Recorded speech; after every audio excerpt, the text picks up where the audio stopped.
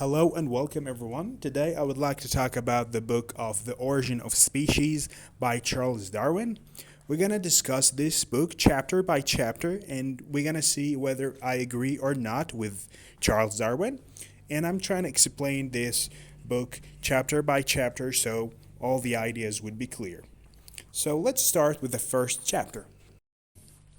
So in this chapter, it talks about something called the artificial selection, which is kind of warm up to the idea of natural selection.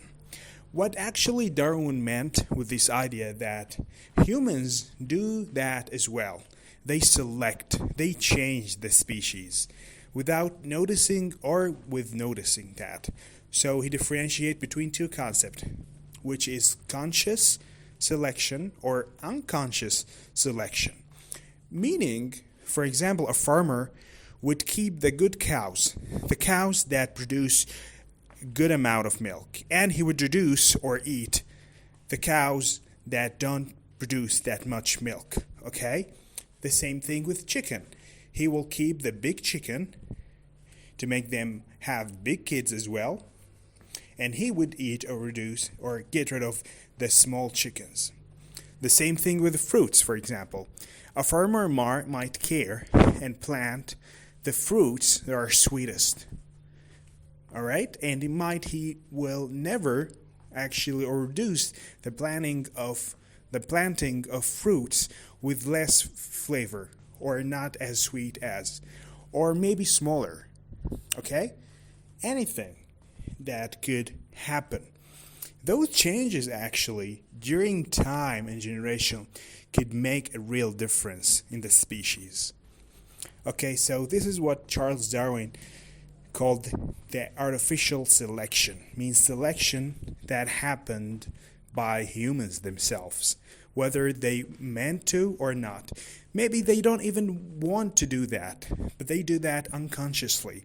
For example, a farmer likes cows with a specific color, okay? So he will keep them or let them spread.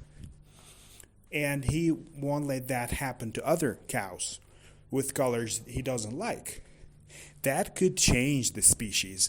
So actually that is a big proof that species actually do change with time.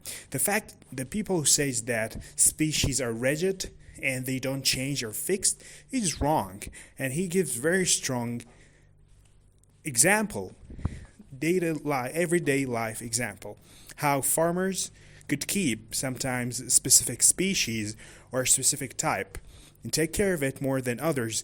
That with time would lead to those species of whether animals, plants, whatever, they will spread in number, they will be bigger in numbers, and those animals or type of animals, cows with bad colors, or maybe horses, they can't run much, can't run faster than the others, maybe they will get rid of them. That would actually change the species in a real difference. So the conclusion of this chapter, that species are not fixed. They do change with time. And then, of course, he will talk about the natural selection. He want to say if people do that, whether they actually tend to do that in purpose or not.